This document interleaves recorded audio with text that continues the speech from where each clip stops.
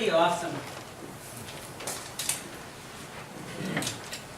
I wonder how many of you ever wanted to do any of those things and just put it away, put it aside, thinking you couldn't, getting a job, working, making money. What about living life? Yeah. You know, a father was reading his young Bible studies to his young son, and he said a man named Lot was warned to take his wife and flee out of the city. But his wife looked back and she was turned to a pillar of salt. And the little boy said, "What happened to the flea?"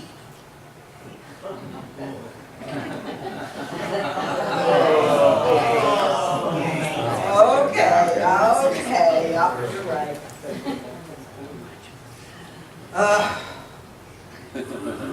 Take a deep breath in.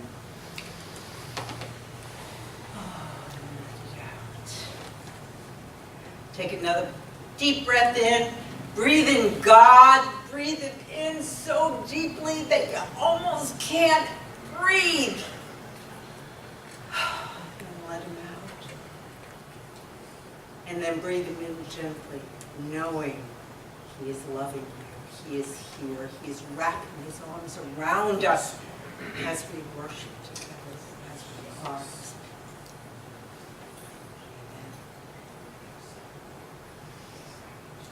A shoe manufacturer who decided to open the Congo market sent 2 salesmen to the undeveloped territory. One salesman cabled back and said, "Prospect here is nil. No one wears shoes." The other salesman reported back. He was so enthusiastic, he said, "Market potential terrific. Everyone is barefoot." How do we look at the world?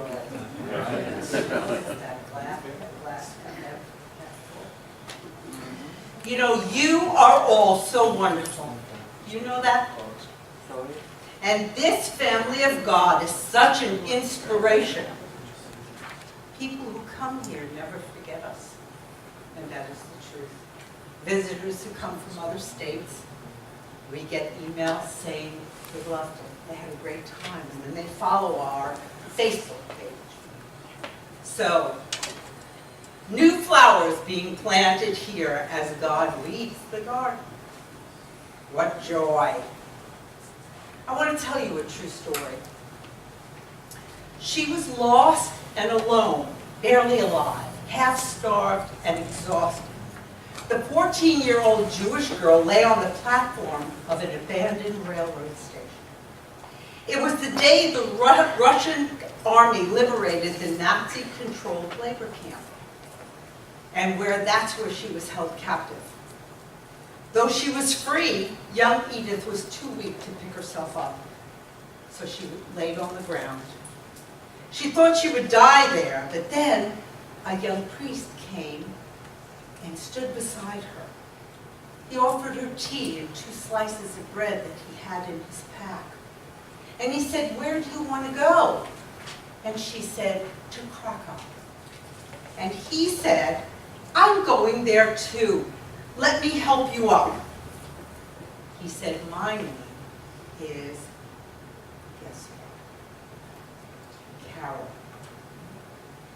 So he said, "I'm going to help you up." He couldn't, but he had to bend down and lift her up because she was so weak.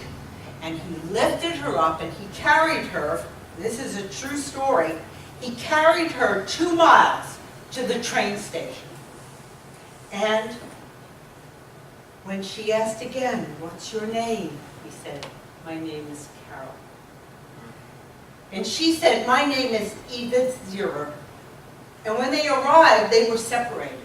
And they never saw each other again, except in the year 2000. In Jerusalem, at the Holocaust Museum, Edith Zierer, with tears in her eyes, clasped the hands of Carol Wojtyla. Guess who he is? Pope John Paul II. True story. The Pope performed that quiet act of service, and he forgot it. but Edith never did. And before the whole world, she declared, "He came like an angel out of nowhere. He gave me life. He saved me. There's no other word for it. It's thanks to him that I'm here today." And as the Talmud says, to save one life is to save the world. Now, what are we going to do here at church in 2016? We have a brand new year in front of us. New opportunities, new ways to do things. And as I said, I'm giving it to you. Because in the past, when the board and the pastor make all kinds of goals for the congregation, guess what? They never get done. But as each and every one of you volunteers, and we get your name written down, we're going to make copies and copies of it. So, the world and the churches of today need people with courage. People who will stand up for the cause. Instead of retreating, we need to advance no matter what the opposition is against us.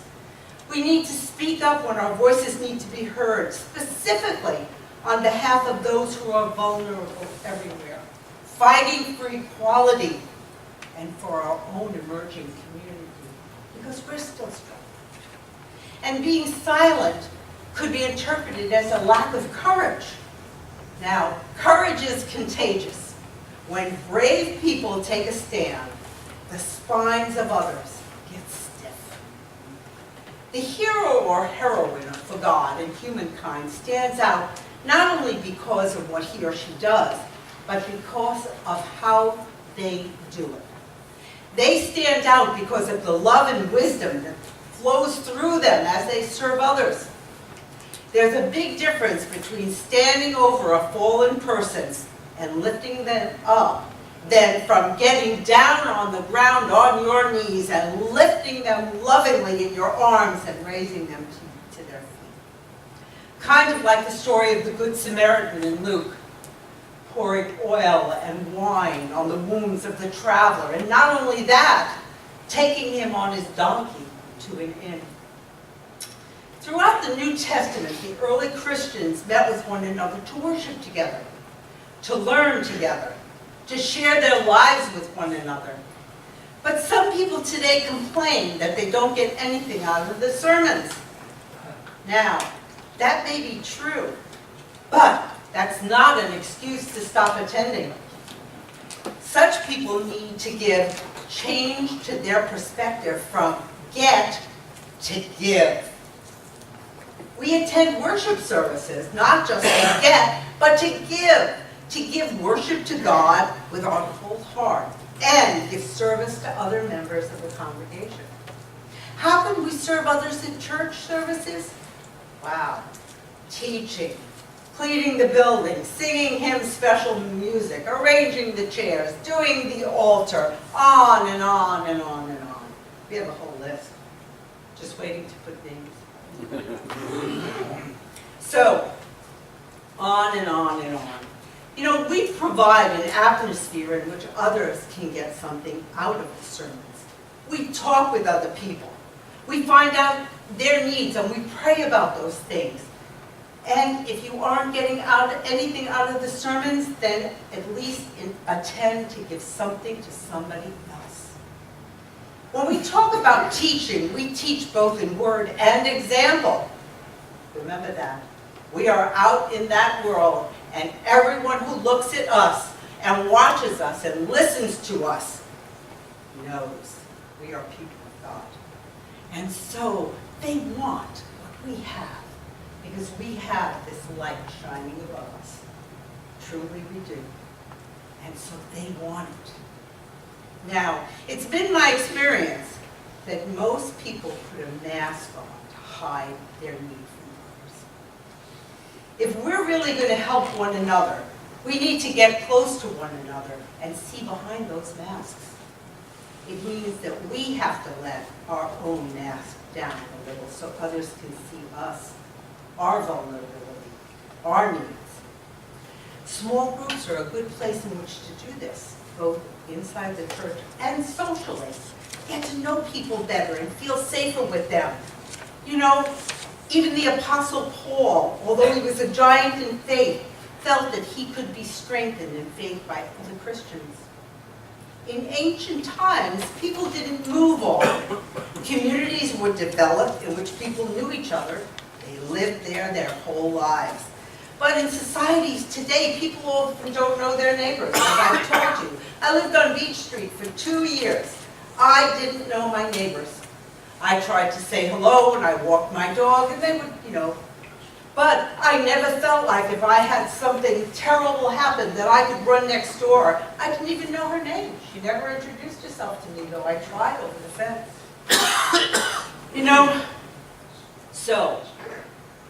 And it appears now this is beginning from our church. Let me give you an example of the bicycle group. That was awesome. Did you all see that online? Pictures of people from our church and others having a joyous time in Gemini State Park riding bicycles. We have to get out there. We have to find ways to get out in the community. And we don't have places to go. Well, I shouldn't say that. We do have Hamburger Mary's. We do have bars, but I wish we had places that weren't just places to drink and dance. Places where we could get to know one another. So I keep praying that's on my prayer list. So, 2016, we have to move forward. We have to start doing things new. I think we kind of got stuck, in ways, and now we have the opportunity to broaden our horizons. Now, God didn't just speak, He took actions. And actions can demonstrate the love of God working in our hearts. As we help the poor and we comfort to the discouraged and help people make sense of their lives. We are a network of relationships. We all need to give and to receive fellowship. We all need to give and receive love. And fellowship means a lot more than talking to each other about sports or gossip or the news.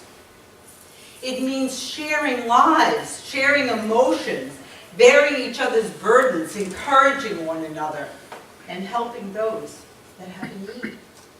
Purpose, that's what it is. Now, changing a little bit. There are studies and reports about how many steps we take each day. I listen to a woman on the Christian radio who says we have to walk 10,000 steps every day. Seems like a lot of steps, but I don't know, I've never tracked it, but I understand that there are people walking who have these little clickers that tell them how many steps they walk in a day. Okay, so that you could say that people who have no concept of God or having faith are exercising faith simply by walking around, not worrying that their feet will stop working. Now, I'm using the word feet symbolically, because I truly believe every time we take a step, even a small one, even a painful one, and even just in our minds, and can't do it physically, God is celebrating. Heaven rejoices when we're walking around and not worrying that our feet are going to give out on us. God wants us to walk by faith in all aspects of our life, and to keep taking physical or mental steps in our lives with confidence and without worry. Many of us hit the ground running every morning and don't stop until the sun goes down. Our feet failing either physically or in our minds is just not a thought. If we do fall, we pick ourselves up and we keep going. When life hits us, God wants us to keep taking steps. If we can't do it physically because of illness or disability, we can do it mentally, and we can do it on purpose. If you fall, dust yourself off, clear your head, breathe God in, and get up again. So in life, exercise faith and keep going. It seems that life is always messing us up, stressing us out. God says don't quit. Keep taking those physical, those mental steps. Do it on purpose. Remember, Mental steps keep our minds active with thoughts. Thoughts give way to ideas. Ideas give way to growth and purpose. So, through life's troubles, keep moving any way you can. It's normal to get tired physically, but keep moving, even if it's just in your mind, and exercise that faith. Throughout the New Testament, Jesus heals people, moves situations in their lives because they took steps by faith rather than worrying. The choice is really ours. Many people love this culture, but those who live on purpose chart their own course in life and take responsibility for everything, both good and bad. Many people have earned a PhD at the University of Hard Knocks, and those people see setbacks and problems as things that make them stronger. They don't waste time and energy whining about how unfair life is. They don't curse life for not placing them at the head of the line. They simply but firmly accept responsibility for their own responses in life. No one ever said it would be easy. Even biblically, we're told. But we can choose how we react when things happen to us. We can choose. When we live on purpose and find that setbacks are temporary, and every problem holds potential, and our belief tells us that sooner or later, when things are going to happen, and sooner or later we'll know why. Life is not just what happens around us, it's what happens in us as well. You know, in a previous era I read, ocean-going ships flew 3 flags. One on the main peak, the house flag that showed ownership. The flag on the forepeak was the county of Call, and the one on the stern peak was the flag of the county of Hale, or country of Hale, sorry. That imagery is so significant. Ownership, origin, destination. We know who and what we belong to. We remember where we came from. And hopefully we lean forward toward our destination. You know, a man of intense purpose, the Apostle Paul put it this way in Philippians. But one thing I do, forgetting what is behind and straining toward what is ahead, I press on toward the goal to win the prize for which God has called me heavenward. So, church, where are we going? I want us to live well. I want us to live long, be joyous and productive, but whatever else we do, we must do it on purpose. To have a purpose in life is a guiding and steadying influence. What you're up to is one way of describing the purpose. Another way is to think about what do you consider worthwhile. All of these are the same way of asking, why are you living? I don't know that any of us ask ourselves that. We just take it for granted. We get up every morning, we're blessed, and we live the day. We watch television, we eat dinner, we go to sleep, and we get up the next day. Now, in my humble opinion, the grand essentials to happiness in this life are something to do, something to love, something to hope for, and of course, loving the Lord. Those elements give us a reason to get up in the morning and keep pursuing our dreams that seem out of reach, because we're made to live on purpose. People with a clear-cut sense of purpose can withstand many challenges and inconveniences and difficulties that others can't. They don't give up. They don't break the 11th commandment that says, "Thou shalt not whine." Among the world's most accomplished and well-known of the world's deep-sea explorers, Robert Ballard is best known for his historic discovery of the sunken RMS Titanic. It took him 13 years. Talk about pursuit and perseverance and purpose. People who live on purpose are like the early explorers who risked their lives to carve out places in the wilderness for their families. One person's mountain is another person's molehill. The same hammer that tempers steel shatters glass. The difference is in the material.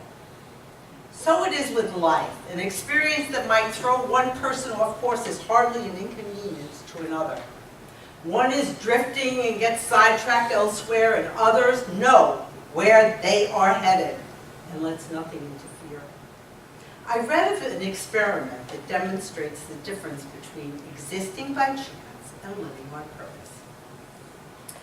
Processionary caterpillars feed on pine needles. They move through the trees in one long procession, one leading, others following, each with their eyes half closed and his head snugly fitted against the rear extremity of his predecessor. Now, the French naturalist Jean-Henri Fabre, if I'm pronouncing it right, after patiently experimenting with a group of these caterpillars, finally enticed them onto the rim of a flower pot. He succeeded in getting the first one connected up with the last one, forming a complete circle, which started moving around in a procession with neither a beginning or an end. He expected that after a while they would catch on to the joke, get tired of the useless march, and start off in another direction. But they didn't.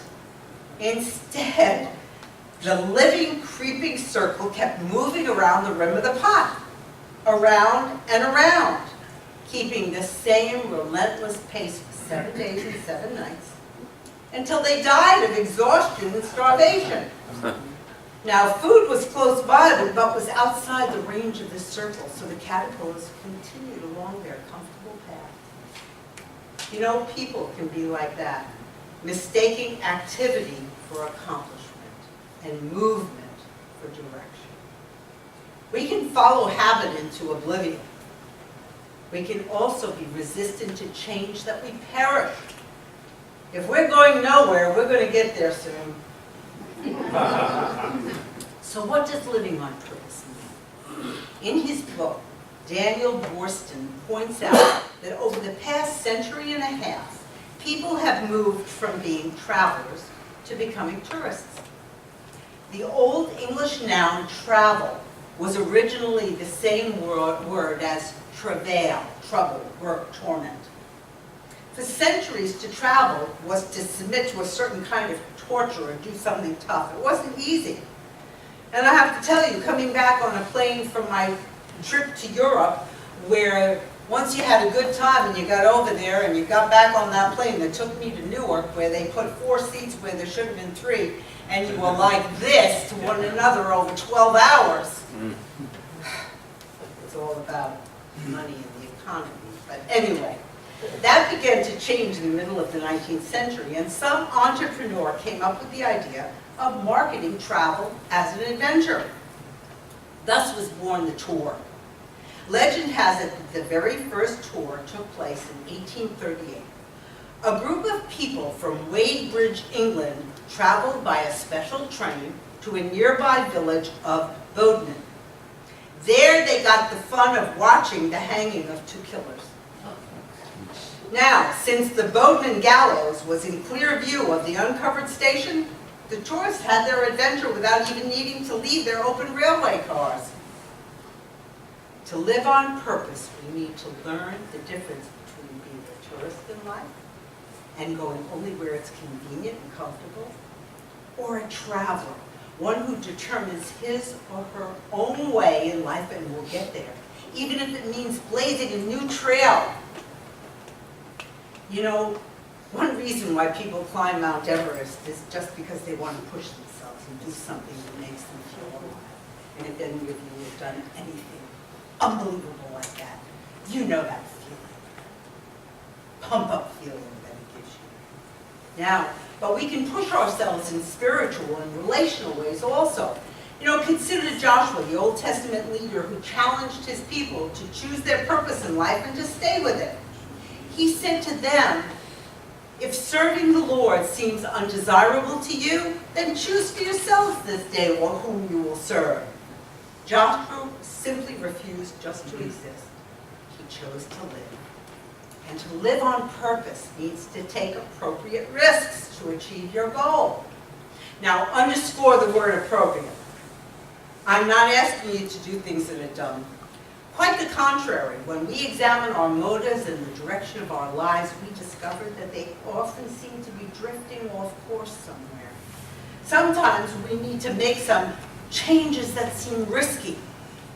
The acclaimed author of Roots, Alex Haley, once said about taking risks, "Nothing is more important. Too often we're taught how not to take risks. When we were children in school, for example, we were told to respect our heroes, our founders, the great people of the past. We're directed to their portraits hanging on the walls and in the hallways and reproduced in our textbooks. What we're not told is that these leaders who looked so serene and secure in their portraits were in fact rule breakers. They were risk takers. In the best sense of the word, they dared to be different. We wouldn't be here if it wasn't for that." So that's it. Dare to be different. Determine where you want to go and start. The path is going to have dangers and you'll have to take appropriate risks, but the alternative is to stay where you are now. Is that where you want to be? And if that's where you want to be, it's really okay. But in my humble opinion, you may be missing out on something unbelievable. In the park where I just moved to, there's a woman who is 90 years young. Her name is Frankie. I meet her walking my dog, and she's walking hers. I look at her and I believe she's alive and alert because she lives each day with purpose.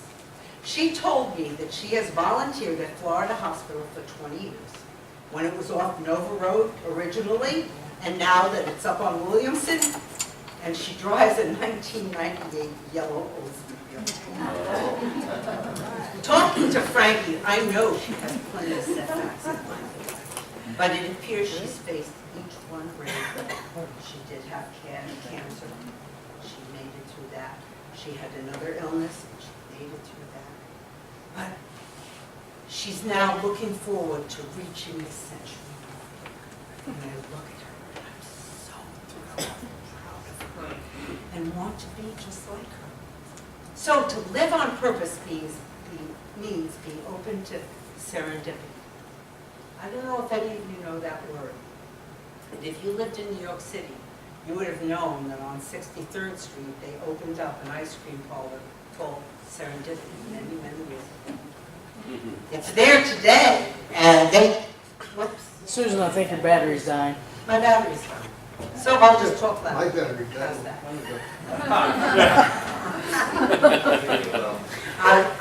Well, I guess I should do that. Just turn it off. Sorry.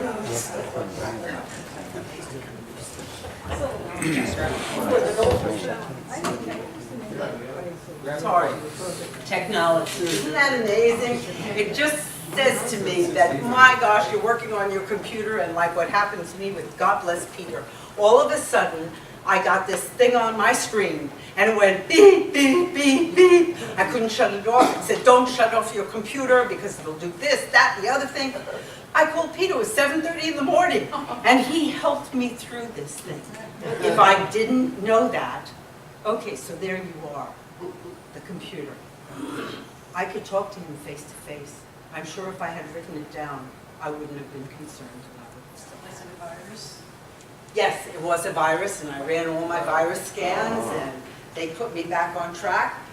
Think about that. So, to live on purpose does not mean to barrel headlong through life so intensely that you actually miss things while you're trying to live.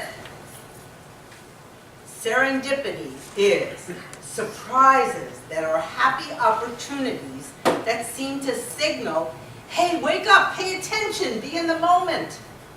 I'm sure you've had one of those. And someone wise said, life is not measured by the number of breaths we take, but by the places and moments that take our breath away. Isn't that the truth?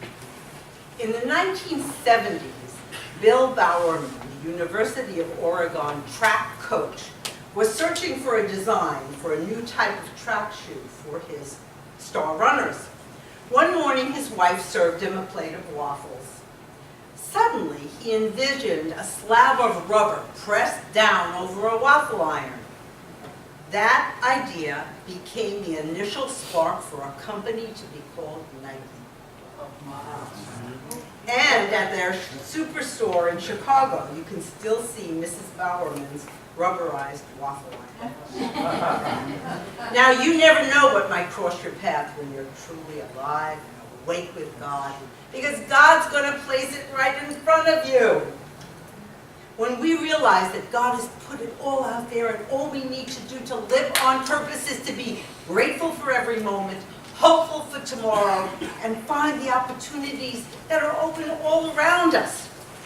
Someone said of John D. Rockefeller, when it was raining money, John knew how to turn his cup up the right way. This church has done incredible things in its life of 30 years. 30 years. Those of you who have been here a long time know that that's true. Right, Betty? Yes. Right, Jerry? Lots of trials and setbacks, but this group, this family of God pushed on, overcame, and today we are here on purpose. So let's make a pledge.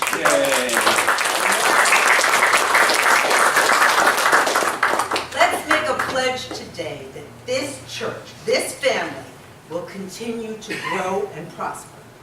Let's turn our cups up and fill them with people. People searching and finding, just as we have searched and found each other.